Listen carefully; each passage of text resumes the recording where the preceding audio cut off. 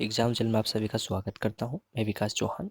हम बात करने वाले हैं आज पटवारी का पेपर, जो कि हमारी सीरीज चल रही है पटवारी के प्रीवियस पेपर की। और आज हम पेपर सेकंड की बात कर रहे हैं। 9 दिसंबर 2017 की सेकंड शिफ्ट का पेपर है, जो कि कंप्यूटर का है। तो मैंने कंप्यूटर का पेपर पहले लिया है यहाँ पर, ठीक है। तो कंप्यूटर का पेपर के बाद में हम आगे जो भी पेपर्स आते जाएंगे वो सब हम देखते जाएंगे इसके अंदर। तो इसमें सब्जेक्टिव कंप्यूटर का पहला पेपर देखते हैं। पहला जो क्वेश्चन है वो यहाँ लिखा है, स्प्रेडशीट का निर्माण करना है और फॉर्मेट करने के लिए प्रयुक्त होने वाला एक टूल है। तो एक टूल क्या है कंप्यूटर में, तो वो माइक्रोसॉफ्ट एक्सेल है ना।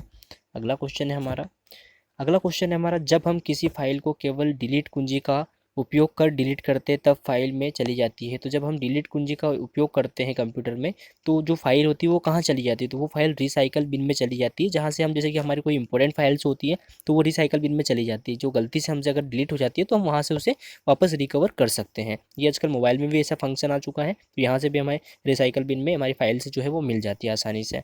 चलते हैं अगले क्वेश्चन की ओर। अगला क्वेश्चन है हमारा, MS वर्ड में सिलेक्ट टेक्स्ट पर एलिग्न सेंटर का इस्तेमाल करने के लिए किस शॉर्टकट की का इस्तेमाल किया जाता है, यानी कि कौन सी की का इस्तेमाल किया जाता है एलिगन सेंटर का इस्तेमाल करने के लिए। तो यहाँ पे CTRL+E का यूज़ किया जाता है। CTRL के साथ में E का प्रेस कुंजी का इस्तेमाल किया जाता है। अगला क्वेश्चन है हमारा, वर्ड डॉक्यूमेंट MS वर्ड 2017 में को निर्दिष्ट लोकेशन में सेव करने के लिए आपको ऑफिस बटन में पर क्लिक और सिलेक्ट करना होगा। मतलब किस पर क्लिक करना होगा, सेव एज पर क्लिक करना होता है। जो भी लोकेशन में सेव करने के लिए, जो फाइल्स होती है उसे लोकेशन में सेव करने के लिए 2017 वाले की बात हो रही है ये। यहाँ पर अगला क्वेश्चन है हमारा, ASCII एक कोडिंग सिस्टम है जो विभिन्न कैरेक्टर्स प्रदान करता है। तो ये 128 कैरेक्टर्स जो है प्रदान करता है। अगला क्वेश्चन है हमारा, देखिए यहाँ पर, वर्ड डॉक्यूमेंट 2017 में निम्न में से कौन सी शॉर्टकट कुंजी डॉक्यूमेंट में से किसी भाग को कट करने के लिए प्रयुक्त होती है। तो ये MS वर्ड की बात हो रही है, तो यहाँ पर होगा CTRL+X। अगला क्वेश्चन है हमारा, यहाँ पर है एक्सेल में QTR1 QTR2 QTR3 निम्न का उदाहरण है। तो ये किसका उदाहरण है, तो ये एक सीरीज है ना। जो सीरीज होती है वहाँ पर QTR1 QTR2 और QTR3 यह एक सीरीज है दोस्तों।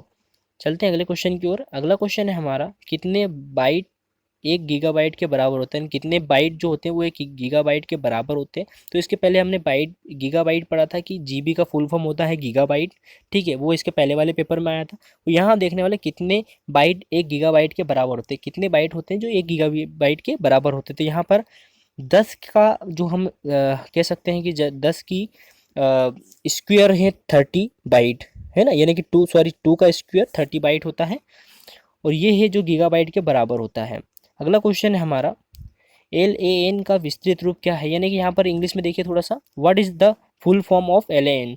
यानी कि यहाँ पर फुल फॉर्म की बात हो रही है LAN का। तो LAN का फुल फॉर्म होता है लोकल एरिया नेटवर्क, ठीक है। अगला क्वेश्चन है हमारा, MS वर्ड फाइल के लिए, है ना, एक्सटेंशन निम्न होता है। वर्ड फाइल के लिए जो एक्सटेंशन होता है वो क्या होता है, तो DOCX होता है, डॉक्यूमेंट X होता है, ठीक है। अगला क्वेश्चन है हमारा, MS एक्सेल में वर्कशीट डेटा का चित्रात्मक निरूपण किया जाता है, यानी कि चार्ट के द्वारा। यानी कि जो भी एक्सेल हम जो चलाते हैं, है ना, एक्सेल में वर्कशीट का जो डाटा होता है उसे हम चित्रात्मक तरीके से कैसे करते हैं, तो वहाँ एक चार्ट का उपयोग हम करते हैं। अगला क्वेश्चन है हमारा, कंप्यूटर की मूल भाषा जिसमें बाइनरी डिजिटल शून्यकों और इकाइयों, है ना, जो बिट्स की लंबा शामिल होता है कहलाती है, उन्हें क्या कहा जाता है, मशीन लैंग्वेज। ये सब मशीन लैंग्वेज होती है, ठीक है। अगला क्वेश्चन है हमारा, कुकीज़ को ट्रांजी एंड कुकीज़ के नाम से भी जाना जाता है। तो इसे सेशन के नाम से जाना जाता है, ठीक है। अगला क्वेश्चन है हमारा, MAC एड्रेस बीट होता है। MAC एड्रेस जो होता है 48 बीट होता है, ठीक है। अगला क्वेश्चन है हमारा, यहाँ पर देखिएगा, स्टैंडर्ड कीबोर्ड में फंक्शन कुंजियों की संख्या होती है। यानी जो स्टैंडर्ड कीबोर्ड आते हैं उसमें फंक्शन कुंजियों की जो संख्या है वो कितनी होती है, तो वो होती है 12, ठीक है। अगला क्वेश्चन है हमारा, एक स्टोरेज लोकेशन में डाटा रखने की प्रक्रिया कहलाती है, तो वो राइटिंग कहलाती है।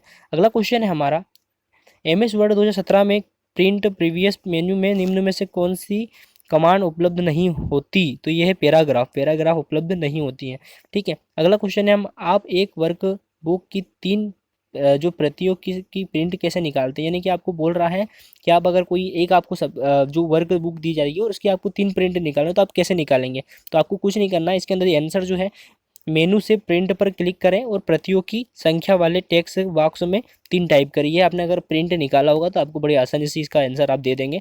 अगला क्वेश्चन है हमारा, प्राइवेट नेटवर्क को बाहरी हमले से बचाने वाली क्रियाविधि कहलाती है। यहाँ पर देखिए थोड़ा सा सोचने वाला क्वेश्चन है। यहाँ पर आप बिना सोचे समझे अगर तुक्का भी लगाएंगे तो आपको ऐसा लगेगा कि यहाँ एंटीवायरस होगा, लेकिन एंटीवायरस का गलत आंसर हो जाएगा। इसका आंसर हो जाएगा फायरवॉल। फायरवॉल होता है जो हमें प्राइवेट नेटवर्क को बाहरी जो हमले होते हैं उससे बचाता है, सिक्योर करता है। अगला क्वेश्चन है हमारा, HTML का उपयोग निम्न के निर्माण के लिए किया जाता है। यानी कि HTML का उपयोग वो किसके निर्माण के लिए किया जाता है? तो ये है वेब पेज, जो वेब पेजेस होते हैं उनके निर्माण के लिए किया जाता है। ये थे अपने कंप्यूटर के क्वेश्चंस, जो 20 क्वेश्चंस थे। अगला क्वेश्चन है हमारा जो कि पंचायती राज व्यवस्था से और ग्रामीण अर्थव्यवस्था से आएगा। ठीक है, तो यहाँ पहला क्वेश्चन है पंचायती राज का हमारा, पंचायत चुनाव लड़ने के लिए न्यूनतम आयु कितनी होती है? तो जो पंचायत के चुनाव लड़ने के लिए न्यूनतम आयु होती है 21 वर्ष दोस्तों। अगला क्वेश्चन है हमारा, निम्नलिखित में से किस परिस्थिति में मनरेगा के अंतर्गत 10% अतिरिक्त पारिश्रमिक दिया जाता है? ये मनरेगा क्या है आप इसे पढ़िएगा अच्छे से। तो मनरेगा में 10% अतिरिक्त पारिश्रमिक क्यों दिया जाता है? जब निवास से 5 किलोमीटर दूर काम करता है, अगर कोई जो वर्कर है वो काम कर रहा है अपने निवास स्थान से 5 किलोमीटर दूर, तो उसे 10% एक्स्ट्रा पारिश्रमिक बल दिया जाता है। ठीक है, अगला क्वेश्चन है हमारा, मध्य प्रदेश में पंचायतों में अन्य पिछड़े वर्गों के लिए कितने प्रतिशत सीटें आरक्षित है? मध्य प्रदेश में पंचायतों में, ध्यान से पढ़िएगा, पंचायतों की बात हो रही है, तो यहाँ पर कितने वर्ग जो है पिछड़े वर्ग को कितना प्रतिशत जो आरक्षण है वो तो है 25%। ठीक है, अगला क्वेश्चन है हमारा, the Mahatma Gandhi state institute of rural development and Panchayati Raj, यानी कि यहाँ पर हिंदी में इसको हम देखेंगे हम तो इसका हो जाएगा महात्मा गांधी राज्य ग्रामीण विकास संस्थान एवं पंचायती राज में स्थित है। ये कहाँ स्थित है? तो ये स्थित है दोस्तों जबलपुर में। ये क्वेश्चन भी हो चुका है। अगला क्वेश्चन है हमारा, 2014 में प्रधानमंत्री द्वारा के जन्मदिन पर संसद आदर्श ग्राम योजना शुरू की गई थी। जो संसद आदर्श ग्राम योजना है ये किसके जन्मदिन पर प्रधानमंत्री द्वारा स्टार्ट की गई थी 2014 में? तो उनका नाम है जयप्रकाश नारायण। अगला क्वेश्चन है हमारा, भारत नेट का क्या मुख्य उद्देश्य? भारत नेट का मुख्य उद्देश्य क्या था दोस्तों? है ना, तो भारत नेट का जो उद्देश्य था वो ग्राम पंचायतों को ब्रॉडबैंड कनेक्शन प्रदान करना था उस टाइम पर। अगला क्वेश्चन नंबर, पंचायतों के चुनाव कराने का निर्णय जो निम्न द्वारा लिया जाता है। जो पंचायत के जो चुनाव है ये कराने का निर्णय किसके लिए दिया जाता है? किसको लिया जाता है, यानी कौन लेता है? तो इसका देखिए सबसे सिंपल आंसर इसका राज्य सरकार। आप यहाँ पर कंफ्यूज हो जाएंगे थोड़ा सा इस क्वेश्चन में, तो यहाँ पर आप लगा सकते हैं राज्य का राज्यपाल, लेकिन राज्य का राज्यपाल बिल्कुल गलत है। यहाँ राज्य सरकार करती है दोस्तों पंचायत चुनाव का जो निर्णय है वो। अगला क्वेश्चन हमारा, निम्नलिखित में से किस राज्य में गेहूँ की खेती नहीं की जाती है? गेहूँ की खेती नहीं की जाती है। अगर आप साउथ मूवी के जो है फैन है तो आपको वहाँ याद होगा कि जो साउथ की जो मूवी होती है ना तमिलनाडु वाले क्षेत्र में, तो वहाँ पर क्या है, गेहूँ की खेती नहीं होती, वहाँ पर चावल होता है।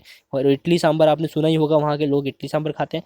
ये भी आपको अच्छे से याद हो जाएगा, ट्रिक भी हो जाएगी। अगला क्वेश्चन हमारा, मध्य प्रदेश में कामधेनु योजना का क्या उद्देश्य? कामधेनु एक योजना है जिसका क्या उद्देश्य रहा था? तो उस टाइम पर ये इसका उद्देश्य गौशालाओं का विकास करना, जो गौशालाएं हैं उनका विकास करना, उन्हें बढ़ावा देना इसका उद्देश्य था उस टाइम पर। अगला क्वेश्चन है हमारा, किस वर्ष में प्रधानमंत्री ग्राम सड़क योजना प्रारंभ हुई थी?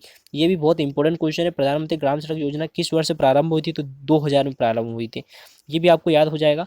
अगला क्वेश्चन है हमारा, संवैधानिक प्रावधान के अनुसार जिला परिषद के अध्यक्ष का चुनाव कैसे होगा? यानी कि संवैधानिक प्रावधान के अनुसार जो जिला परिषद के अध्यक्ष का चुनाव वो कैसे होगा? तो अप्रत्यक्ष होगा, वो प्रत्यक्ष नहीं होता है। यानी कि जो भी चुनकर के जो जनता से चुनकर के आते हैं वो फिर जो है अपने जो अध्यक्ष होता है जिला परिषद के जो अध्यक्ष थे उनका चुनाव करते हैं। जो पार्षद होते हैं वो पार्षद जो चुन के आते हैं वो फिर जो अध्यक्ष होता है जिला परिषद का जो अध्यक्ष होता है उसका चुनाव अप्रत्यक्ष रूप से वो लोग उस पर वोट डालते हैं और वो लोग उसे चुनते हैं। ये भी क्वेश्चन आपका बड़ी आसानी से हो गया। अगला क्वेश्चन है हमारा, खाद्यान्न के लिए समर्थन मूल्यों की एक नीति सर्वत्र भारत में को अपनाई गई थी। जो खाद्यान्न के लिए समर्थन मूल्य की नीति जो है ये कब अपनाई गई थी? तो 1964 को अपनाई गई थी। अगला क्वेश्चन है हमारा, संबंधित क्षेत्रों सहित कृषि 2014-15 में जीडीपी स्थिर कीमत 2011-12 पर की प्रतिशत भागीदारी है, तो ये 17.4%। ठीक है, ये क्वेश्चन भी हो गया। अगला क्वेश्चन है हमारा, पूर्व कुटरी ज्योति योजना निम्न में से संबंधित है। देखो ये जो योजनाएं हैं इन्हें थोड़ा सा अपडेट करके पढ़िएगा। अपडेट योजनाएं पढ़ेंगे, हो सकता है कि ये योजना उस टाइम पे चल रही थी 2017 में, तो ये उस टाइम की योजना है इसलिए ये पूछी गई है। अगर अभी जो योजनाएं जो अभी की योजनाएं आई हैं वो अपडेट योजनाएं पढ़ेंगे आप, तो आपको काफ़ी हेल्प मिलेगी आपके एग्जाम में, है ना। पूर्व कुटीर ज्योति योजना जो है ये किससे संबंधित है? गरीब रेखा से नीचे जीवन यापन करने वाले ग्रामीण परिवारों को बिजली उपलब्ध कराने से। देखिए बिजली उपलब्ध कराने से ये कुटीर ज्योति योजना, देखिए ज्योति से मतलब होता है कि उजाला करना, तो यहाँ से भी इस क्वेश्चन को आप याद कर सकते हैं। अगला क्वेश्चन हमारा, किसान किस वेबसाइट से कृषि उत्पादों के मूल्य से संबंधित सूचना प्राप्त कर सकते हैं? तो ये है एक निकाली है वेबसाइट निकाली थी, है ना। तो इसको एजी मार्क नेट बोला है, एजी मार्क नेट, है ना। ये भी आपको मतलब जो एजी मार्केट नेट का मतलब होता है कि जो एग्रीकल्चर से रिलेटेड होती है ना, वो एग्रीकल्चर मार्केट नेट होता है, ठीक है। अगला क्वेश्चन है हमारा, प्रधानमंत्री आदर्श ग्राम योजना का प्रायोगिक चरण किस वर्ष शुरू किया गया था? जो प्रधानमंत्री ग्राम आदर्श योजना इसका प्रायोगिक चरण किस वर्ष शुरू किया था? 2010 में शुरू किया गया था। अगला क्वेश्चन है, किस शहर में reserve bank of India college of agriculture banking स्थित है? तो ये है पुणे में, ठीक है। अगला क्वेश्चन, मुख्यमंत्री भावांतर भुगतान योजना के लाभार्थी निम्न है, मतलब जो मुख्यमंत्री भावांतर भुगतान योजना है इसके जो लाभार्थी होंगे वो कौन होंगे? तो वो किसान थे, ठीक है। अगला क्वेश्चन है हमारा, मध्य प्रदेश के किस जिले में सर्वाधिक आलू का उत्पादन होता है? इंपॉर्टेंट क्वेश्चन दोस्तों, ध्यान से पढ़ना। मध्य प्रदेश के किस जिले में आलू का उत्पादन सर्वाधिक होता है? तो ये है छिंदवाड़ा जिला। अगला क्वेश्चन है हमारा, निम्न में से किसे एक गांव के स्थानीय सड़क का नाम रखने का अधिकार है? बहुत बहुत इंपॉर्टेंट है कि अगर उसे स्थानीय सड़क का नाम, एक गांव के स्थानीय सड़क का नाम रखने का अधिकार किसे दिया गया है? तो वो दिया गया है ग्राम पंचायत को। ग्राम पंचायत किसी भी सड़क का नाम अपने ग्रामीण क्षेत्र के अंदर रख सकती है अपने हिसाब से। ये क्वेश्चन थे हमारे ग्रामीण रूरल इकोनॉमी का पंचायती राज व्यवस्था से, है नहीं, ग्रामीण राज्य व्यवस्था और अर्थव्यवस्था से। अगला क्वेश्चन है हमारे हिंदी के। हिंदी का हमारा एक क्वेश्चन है, यथामति निम्न में से किस समास का उदाहरण? तो यथामति जो है ये किस समास का उदाहरण है? तो ये अवयवी भाव समास का उदाहरण है। अगला क्वेश्चन है हमारा, विनिमय शब्द निम्न में से किस विषय की शब्दावली है? तो विनिमय शब्द जो है ये एक वाणिज्यिक है, जो व्यापार वाणिज्य में इस्तेमाल किया जाता है ना। आपने सुना होगा वस्तु विनिमय, जो कि प्राचीन काल से चली आई परंपरा है, ठीक है। ये भी हो जाएगा, व्यापार के लिए इसे यूज़ किया जाता था। अगला क्वेश्चन है हमारा, देखो थोड़ा सा यहाँ पर क्या है, एक हम कह सकते हैं कि एक छंद दिया हुआ है, यहाँ पर छंद को पढ़ेंगे थोड़ा सा। करते अभिषेक प्रयोद है बलिहारी इस देश की, हे मातृभूमि तु सत्य ही सगुण मूर्ति सर्वेश की। ये आपने शायद 10th वो या 12th में पढ़ा होगा कहीं ना कहीं, ये हिंदी में आपने पढ़ा होगा, तो ये वहीं का एक छंद यहाँ पर इन्होंने एक छंद का जो उदाहरण है वो यहाँ पर दे दिया। तो ये कौन सा छंद का उदाहरण है? तो ये है उल्लाला छंद का उदाहरण है, ठीक है। अगला क्वेश्चन है हमारा, दिए हुए मुहावरे का सही अर्थ चुनिए। इति श्री करना, इति श्री करने का मतलब क्या होता है? ये मुहावरा है और इसका अर्थ आपको बताना है। तो इसका मतलब होता है कार्य को समाप्त करना। उस कार्य को प्रारंभ करना क्या होता है दोस्तों? तो कार्य को प्रारंभ करना हम बोलते हैं श्री गणेश करना। श्री गणेश करना यानी किसी कार्य को प्रारंभ करना होता है। अगला क्वेश्चन है हमारा, निम्न जो दिए गए शब्दों को क्रमशः सही उत्तर वाली पंक्ति को चुने। कपड़ा, घर, पुत्री, मयूर, इनको और क्या बोलते हैं हिंदी में? तो देखो, कपड़ा को बोलते हैं चीर, जो घर है उसे बोलते हैं निते, है ना, निकेत, और जो पुत्री है उसे दुहिता बोलते हैं, और मयूर को केकी बोलते हैं। तो इसका राइट आंसर ये हो जाएगा, ठीक है। अगला हमारा एक क्वेश्चन है, तीन बेर खाती थी वे तीन बेर खाती है में कौन सा अलंकार है? यहाँ पर अलंकार पूछा गया है कि तीन बेर खाती थी वो तीन बेर खाती है, इसमें कौन सा अलंकार है? तो यहाँ पर यमक अलंकार है। ये भी आपका 11th में एक आया हुआ, जो 11th बुक में आया हुआ है, तो वहाँ से यहाँ से इसे दिया जा चुका है। अगला क्वेश्चन है हमारा, देखिए यहाँ पर भी जो रस जो है, रस के भाव पूछे गए हैं। यहाँ पर देखिए रस का एक उदाहरण है, उस काल मारे क्रोध के तन कांपने उसका लगा, मानो हवा के जोर से सोता हुआ सागर जगा। इस पंक्ति में कौन सा रस है? तो इसमें रौद्र रस, यानी क्रोध का भाव उत्पन्न हो रहा है। देखिए आप इसको पढ़ेंगे ना तो आपको क्रोध का भाव उत्पन्न होने वाला है, तो इसका रौद्र रस। रौद्र रस का स्थायी भाव होता है क्रोध, ठीक है। रौद्र का क्रोध होता है, करुणा का उत्साह होता है, सॉरी, है ना, और वात्सल्य रस का वात्सल्य होता है, भयानक का भय होता है। इनके स्थायी भाव होते हैं ये सभी, ठीक है। अगला क्वेश्चन हमारा ये 10th स्टैंडर्ड का है, 10th का क्वेश्चन है यहाँ पर, ये है ना, ये सारे स्थायी भाव हमने 10th में शायद पढ़े होंगे। अगला क्वेश्चन हमारा, उद्धृत का शुद्ध रूप निम्न में से कौन सा है? तो उद्धृत जो लिखे हैं, तो यहाँ पर देखिए 3rd पर लिखा उद्धृत, ये इसका राइट आंसर हो जाएगा। अगला क्वेश्चन है, कान खोलना मुहावरे का अर्थ निम्न में से है, यानी कान खोलना, आप कहते हैं ना कि कान खोलकर सुनना, तो उसका उदाहरण का जो अर्थ है मुहावरे का वो क्या होता है? तो यहाँ पर लिखा सावधान करना, वो आपको सचेत करते हैं इस तरह से मुहावरा बोल करके, तो इसका राइट आंसर हो जाएगा सावधान करना। अगला क्वेश्चन है हमारा, चरण कमल शब्द में निम्न में से कौन सा समास है? तो चरण कमल शब्द जो है इसमें कर्मधारय समास है। अगला क्वेश्चन है हमारा, कु उपसर्ग से बना निम्न में से कौन सा है। देखिए उपसर्ग मैंने कल भी आपको बताया था, उपसर्ग का मतलब होता है जो आगे से स्टार्ट होते हैं, है ना, यानी कि जो सबसे पहला वर्ड होगा वो उपसर्ग का पहला वर्ड होगा। किसी शब्द का अगर पहला वर्ड होता है वो होता है उसका उपसर्ग। ठीक है, तो यहाँ पर उपसर्ग क्या होगा, कु उपसर्ग। कु उपसर्ग है तो कु कौन शब्द में आ रहा है, तो यहाँ पे आ रहा है कुपात्र, है ना, कुपात्र में कु आ रहा है, ये एक उपसर्ग है। अगला क्वेश्चन है सफल का विलोम शब्द निम्न में से क्या है। तो सफल को बोलेंगे विफल, विलोम का मतलब होता है उल्टा, तो सफल का हो जाएगा विफल हो जाएगा। अगला क्वेश्चन है हमारे यहाँ पे चयन का संधि विच्छेद निम्न में से कौन सा है। चयन को क्या बोलेंगे, तो चयन का हो जाएगा देखो चे प्लस अन। यहाँ पर आप थर्ड वाला करेंगे अगर कंफ्यूज होंगे तो चय प्लस अन, चयन करके आ जाने बहुत सारे स्टूडेंट। ये ऐसा नहीं करना है आपको, यहाँ पर ध्यान से पढ़ना है। यहाँ पर लिखा चे प्लस अन, है ना, इसका राइट आंसर हो जाएगा संधि विच्छेद। अगला क्वेश्चन हमारा जो पृथ्वी से संबद्ध है के लिए एक शब्द निम्न में से कौन सा है। पृथ्वी के लिए जो संबद्ध है उसके लिए सिर्फ एक शब्द में उत्तर देना आपको, तो उसको बोलते हैं पार्थिव। अगला क्वेश्चन हमारा समूह का पर्यायवाची निम्न में से कौन सा है। तो समूह को एक और क्या बोलते हैं, तो समूह को वृंद भी बोलते हैं, वृंद। ठीक है, अगला क्वेश्चन हमारा ऊंचे ऊंचे शब्द उदाहरण है। ऊंचे ऊंचे शब्द उदाहरण है पुनरुक्त शब्द का। पुनरुक्त शब्द जो बार बार उसका उच्चारण होता है। पुनरुक्त शब्द का मतलब होता है कि एक शब्द का अलग अलग उच्चारण होना, है ना। ऊंचे ऊंचे का मतलब अलग अलग हो जाता है यहाँ पर। ठीक है, यानी कि दो बार ऊंचे ऊंचा है लेकिन इनके अर्थ अगर निकालेंगे तो दोनों के अलग अलग होंगे। अगला क्वेश्चन हमारा कानून के विरुद्ध किया गया कार्य कहलाता है। कानून के विरुद्ध जो कार्य करते हैं उसे क्या बोलते हैं, गैर कानून बोलते हैं यार। बहुत इजी क्वेश्चन है। अगला क्वेश्चन है हमारा विदेशी शब्द नहीं है। विदेशी शब्द नहीं है यानी कि जो तीन काजू, कारतूस और जमीन, ये तीनों विदेशी शब्द है, जबकि पैट जो लिखा है वो विदेशी शब्द नहीं है। तो ये क्वेश्चन आप बड़ी आसानी से हिंदी के क्वेश्चन कर देंगे, ज़्यादा टफ हिंदी इन्होंने नहीं पूछी इस बार।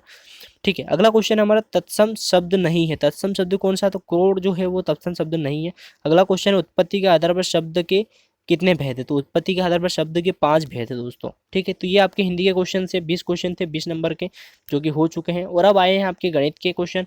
तो गणित में देखिए दोस्तों, यहाँ पर हमें सॉल्व करके आपको नहीं बता सकता क्योंकि यहाँ पर बहुत टाइम लग जाएगा, वीडियो बहुत लंबा बन जाएगा। इसके लिए मैं एक अलग से वीडियो बना दूंगा। यहाँ पर सिर्फ आपको बता देता हूँ कि किस टाइप से क्वेश्चन पूछे जाते हैं। देखिए यहाँ पर महत्तम 4 अंक की संख्या जो कि एक पूर्ण वर्ग है, इस टाइप से क्वेश्चन पूछे जा रहे हैं। देखिएगा, आप क्वेश्चन को देखते रहिएगा थोड़ा सा, तो आपको एक अंदाजा हो जाएगा कि किस टाइप से क्वेश्चन आने वाले एग्जाम में अब आने वाले हैं। ठीक है, तो ये इस टाइम से क्वेश्चन उस बार 2017 वाली सेकंड बेच में पूछे गए थे। वह सबसे छोटी संख्या ज्ञात करें जिसे 8934 से घटाया जाना चाहिए ताकि वह यह पूर्ण वर्ग बन जाए। तो यहाँ पर इस टाइप से क्वेश्चन इन लोगों ने पूछे गए हैं, है ना। तो ये है आपके गणित के क्वेश्चन। बहुत सारे क्वेश्चन 10th स्टैंडर्ड से उठाए गए हैं। 10th जो आपने 10th में पढ़ा था वही से 10th और 12th में जो आपने पढ़ लिया है वही सारी चीज़ें बहुत सारी यहाँ पर ही पटवारी में इन लोगों ने उठा ली है। तो ये कुछ गणित के क्वेश्चन हैं जिनको मैं अलग से सॉल्व करवाऊंगा। तो वहाँ आप वीडियो देखेंगे गणित का ओनली, तो वहाँ पे आपको और अच्छे से समझ में आ जाएगा। क्योंकि गणित यहाँ पर सॉल्व हम नहीं कर सकते, आप सभी जानते हैं, वीडियो बहुत लंबा हो जाएगा। तो गणित के अलावा जो क्वेश्चन है हमारे, देखिए यहाँ से हमारे कुछ क्वेश्चन बदले हुए हैं। ठीक है, ये गणित खत्म हो चुकी है। गणित के बाद में यहाँ पर देखिएगा अगला क्वेश्चन है हमारा एक, प्राचीन काल में कौन सा शहर अवंतिका के नाम से जाना जाता था। अवंतिका के नाम से कौन सा शहर जाना जाता था, बहुत इंपॉर्टेंट क्वेश्चन है। ये हिस्ट्री का एक क्वेश्चन है। तो यहाँ पर हिस्ट्री का एक क्वेश्चन आया है, मध्य प्रदेश की हिस्ट्री का। तो यहाँ पर अवंती जो बोलते थे वो बोलते थे उज्जैनी को। और उज्जैनी की खास विशेषता क्या है कि यहाँ पर एक ज्योतिर्लिंग है, महाकाल ज्योतिर्लिंग। और यहाँ की और भी अच्छी खास विशेषता क्या है, तो यहाँ पर और अच्छी चीज़ हम जानना चाहें तो यहाँ पर है हर 12 वर्ष में यहाँ महाकुंभ मेले का आयोजन होता है ना। उज्जैन में हर 12 वर्ष के बाद में महाकुंभ मेले का आयोजन होता है। तो ये सबसे खास इसकी बातें है। उज्जैन किस नदी उज्जैन शहर जो है किस नदी के किनारे बसा, तो ये शिप्रा नदी के किनारे बसा है। इस टाइप के क्वेश्चन आते रहते हैं। ठीक है, अगला क्वेश्चन है हमारा भारतीय रिजर्व बैंक के 24वें गवर्नर कौन है। तो ये 2017 में पूछ रहे हैं दोस्तों। 2017 में जो पेपर हुआ था उसमें पूछा है कि भारतीय रिजर्व बैंक के 24वें गवर्नर कौन है। तो इसको हम अपडेट करते हैं। चलो, 24वें गवर्नर उस टाइम पर उर्जित पटेल थे, लेकिन अभी वर्तमान में 25वें गवर्नर कौन है, तो 25वें गवर्नर है शक्तिकांत दास। शक्तिकांत दास जो 25वें हैं और ये 12 दिसंबर 2018 से अब तक अपने कार्यपद पर हैं, है ना। तो ये याद रखिएगा नाम, मैंने यहाँ इस क्वेश्चन को अपडेट कर दिया है। अगला क्वेश्चन हमारा मध्य प्रदेश राज्य वन विकास बोर्ड कब स्थापित किया गया था। तो मध्य प्रदेश राज्य वन विकास बोर्ड जो है 24 जुलाई 1975 को स्टार्ट किया गया था। अगला क्वेश्चन है किस वर्ष में इंदौर नगर निगम IMC की स्थापना की गई थी। तो ये 1956 में की गई थी। अगला क्वेश्चन देखिए, दमोह में जटाशंकर मंदिर को समर्पित है। देखिए जटाशंकर से ही यहाँ इसका उत्तर निकल के आ रहा है कि दमोह में है एक जटाशंकर मंदिर जो किसको समर्पित है। तो ये भगवान महादेव को समर्पित है ना, शंकर महादेव का नाम होता है। तो ये क्वेश्चन आप लॉजिकल तरीके से भी कर सकते हैं। यहाँ पे देखिए एक अगला क्वेश्चन है, ग्रीष्मकाल के दौरान 1948 से 1956 तक मध्य भारत की राजधानी का नाम बताइए। मध्य भारत यानी कि मध्य प्रदेश का एक हिस्सा था मध्य भारत, है ना। मध्य भारत को बांटा गया था और मध्य प्रदेश को बांटा गया था 3 हिस्सों में, उसमें से एक हिस्सा था मध्य भारत का। ठीक है, तो यहाँ पर इसका पूछा गया है कि ग्रीष्मकालीन राजधानी क्या थी। तो ग्रीष्मकालीन राजधानी दोस्तों इंदौर थी। यानी कि क्या होता था उस टाइम पर, 6 महीने के लिए राजधानी, ग्रीष्मकालीन राजधानी बनाई गई थी जो इंदौर को बनाई गई थी, तो 6 महीने के लिए। उसके बाद शीतकालीन जो राजधानी थी वो ग्वालियर को बनाई थी। तो इस तरीके से एक साल में 2 राजधानी हुई थी। आज भी जम्मू कश्मीर में 2 राजधानियां हैं। आपको अगर पढ़ा होगा आपने तो आपको याद होगा कि जम्मू कश्मीर की 2 राजधानियां होती हैं। जो ग्रीष्मकालीन राजधानी वो अलग होती है और शीतकालीन राजधानी अलग होती है। तो यहाँ पर अगला क्वेश्चन है हमारा, देखिएगा, खरगोन जिले में सबसे प्रसिद्ध साड़ी का नाम क्या है। खरगोन जिले में जो साड़ी होती है, जो महिलाएं पहनती है उस टाइप की साड़ी, तो उसका प्रसिद्ध साड़ी खरगोन जिले में उस साड़ी का नाम क्या है। तो ये है महेश्वरी साड़ी खरगोन जिले में है। अब बोलेंगे कि चंदेरी साड़ी किसके लिए प्रसिद्ध है। तो चंदेरी साड़ी कहाँ प्रसिद्ध है, तो जिले में, तो देखिए अशोकनगर में जो हाँ अशोकनगर में है, वह चंदेरी साड़ी बहुत प्रसिद्ध है। अशोकनगर ग्वालियर के नीचे आता है ना, ग्वालियर का आसपास वाला क्षेत्र। तो उसे जो जिला है उसे चंदेरी साड़ियाँ वहाँ के लिए बहुत प्रसिद्ध है। बनारस साड़ी आप सभी जानते हैं, बनारस की है। एक इलकल साड़ी का मुझे नहीं पता, थोड़ा सा मैं इसको कन्फ्यूज हूँ, तो आप लोग कमेंट में बता दीजिएगा कोई भी आंसर होगा इसका। अगला क्वेश्चन हमारा, शाहजहाँपुर के गिरवर गांव में भगवान हनुमान की मूर्ति सदी से है। कौन सी सदी से शाहजहाँपुर में गिरवर गांव में शाहजहाँपुर के भगवान हनुमान की मूर्ति, तो 5वीं सदी से है दोस्तों। अगला क्वेश्चन है हमारा, भारतीय रेलवे ने मध्य प्रदेश के किस रेलवे स्टेशन का प्रबंधन करने के लिए बंसल ग्रुप के साथ एक अनुबंध किया है। तो ये उस टाइम 2017 में अनुबंध किया था, है ना, हबीबगंज रेलवे स्टेशन का। और अब इसका नाम क्या बदला, हबीबगंज रेलवे स्टेशन का नाम मैं आपको बता दूं वर्तमान में चेंज हो चुका है। और हबीबगंज जो रेलवे स्टेशन है इसका वर्तमान में नाम है रानी कमलापति रेलवे स्टेशन। तो ये क्वेश्चन मैंने अपडेट कर दिया, इसे भी आप एक बार याद रखिएगा।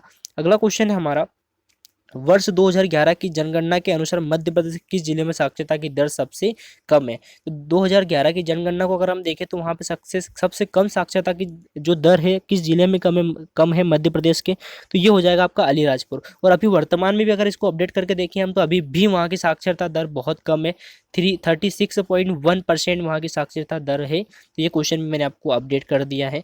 अगला क्वेश्चन है, भारत में यरलुंग तत्संगो नदी कहलाती है। भारत में ये जो एक यंगलुंग तत्संग नदी है ये क्या कहलाती है। तो भारत में जब नदी ये प्रवाहित इंटर करती है तो वहाँ इसे ब्रह्मपुत्र के नाम से जाना जाता है। तो अगला क्वेश्चन है हमारा, देखिएगा, पहले भारतीय प्रौद्योगिक संस्थान का नाम बताइए जिसका 1951 में औपचारिक रूप से उद्घाटन हुआ था। ये औपचारिक रूप से उसका उद्घाटन हुआ था, वो पहले भारतीय प्रौद्योगिक संस्थान का नाम क्या है, तो वो है IIT खड़गपुर। ये क्वेश्चन भी आपको याद हो जाएगा। अगला क्वेश्चन हमारा, 2017 में भारत में निम्नलिखित अंतर्राष्ट्रीय फुटबॉल आयोजन में से कौन सा आयोजन किया गया था। तो ये था फीफा अंडर-17 विश्व कप। और अभी मैं आपको बता दूं दोस्तों कि अभी वर्तमान में 2022 में भी फीफा अंडर-17 वर्ल्ड कप होने वाला है, जो कि महिलाओं का होगा। और ये महिलाओं का पहला वर्ल्ड कप भारत में होने वाला है। तो ये क्वेश्चन आप याद रखिएगा। अगला क्वेश्चन है हमारा, किस भारतीय मुक्केबाज ने हाल ही में WBO Asia Pacific super midfield, ये क्वेश्चन इतना इंपॉर्टेंट नहीं क्योंकि ये क्या अपडेट वाला पूछ रहा है, ये उस टाइम का क्वेश्चन है, तो इसको आप ना पढ़े तो ही बेटर है। अगला क्वेश्चन हमारा, संविधान सभा एक अविभाजित भारत के लिए निर्वाचन पहली बार को मिली। तो 6 दिसंबर 1946 को संविधान सभा जो है पहली बार निर्वाचित हुई थी, निर्वाचन को मिला था 6 दिसंबर को। अगला क्वेश्चन है हमारा, विश्व जनसंख्या दिवस प्रत्येक वर्ष कब मनाया जाता है। तो देखिए विविध वाले में से आया हुआ है क्वेश्चन। विविध वाला जो एक टॉपिक है उसमें से क्वेश्चन से पूछे गए हैं। तो विविध वाले में से पूछा गया है विश्व जनसंख्या दिवस कब मनाया जाता है। तो ये 11 जुलाई को मनाया जाता है प्रत्येक वर्ष। अगला क्वेश्चन है हमारा, गुजरात में पालनपुर के शहर को आप किस व्यापार के लिए प्रसिद्ध है। तो जो पालनपुर, गुजरात में एक पालनपुर शहर है, वो किस व्यापार के लिए प्रसिद्ध है। तो वो हीरा व्यापार और पॉलिशिंग के लिए प्रसिद्ध होता है। हीरा व्यापार के लिए बहुत प्रसिद्ध है गुजरात में, पालनपुर के शहर में रहने जो व्यापार होता है वो। अगला क्वेश्चन दोस्तों हमारा, भारत का सबसे पुराना विज्ञान संग्रहालय है जिसे CSIR के तत्वाधान में स्थापित किया गया था। तो इसका नाम क्या है। तो बिडुआ औद्योगिक एवं प्रौद्योगिक संग्रहालय जो कि कहाँ पर है, कोलकाता में है। अगला क्वेश्चन है हमारा, ओडिशा में उस अभ्यारण्य का नाम बताएं जिसमें लगभग 900 वर्ग किलोमीटर का जल फैलाव है और जो प्रवासी पक्षियों की अनेक प्रजातियों के लिए प्रसिद्ध है। इंपॉर्टेंट क्वेश्चन है, प्रवासी पक्षियों के लिए अनेक प्रजातियों के लिए प्रसिद्ध है। तो ये है चिल्का। चिल्का कहाँ पर है दोस्तों? चिल्का अभ्यारण्य उड़ीसा में है। और ये किसके लिए प्रसिद्ध है? तो ये है प्रवासी पक्षियों की अनेक प्रजातियों के लिए। क्या होता है, जो प्रवासी पक्षी होते हैं वो कहीं ना कहीं किसी दूसरे देश से आकर के कहाँ पर प्रवास कर जाते हैं, उनके वहाँ का वातावरण कहाँ का अच्छा लगता है, तो वो लगता है उड़ीसा का अभ्यारण्य जो है जिसका नाम है चिल्का। और यहाँ का वातावरण काफ़ी अच्छा है, इसलिए वहाँ के जो प्रवासी पक्षी है वो यहाँ पर काफ़ी अच्छे तरीके से रह सकते हैं। अगला क्वेश्चन है हमारा, 1968 में हर गोविंद खुराना को किस क्षेत्र में नोबेल पुरस्कार से सम्मानित किया गया था? तो इन्हें फिजियोलॉजी के नाम से, फिजियोलॉजी में सम्मानित किया गया था, या मेडिसिन हम कह सकते हैं उसके, इस पर सम्मानित किया गया था। तो ये हमारा क्वेश्चन जो है आज कंप्लीट हो चुके हैं। और ये सारे क्वेश्चन हमने जनरल नॉलेज से लेकर के हिंदी, इंग्लिश और हिंदी और कंप्यूटर के भी हमने कंप्लीट कर लिए हैं। तो ये पटवारी में इस टाइप से क्वेश्चन पूछे जाते हैं। वीडियो आपको कैसा लगा? सब्सक्राइब कर दीजिए, चैनल को लाइक कर दीजिए और अपने दोस्तों में शेयर कर दीजिए ताकि आपकी हेल्प होती रहे। और अगले वीडियो में मिलते रहिए। Thank you so much. मिलते हैं नेक्स्ट वीडियो में, जब तक के लिए थैंक यू सो मच।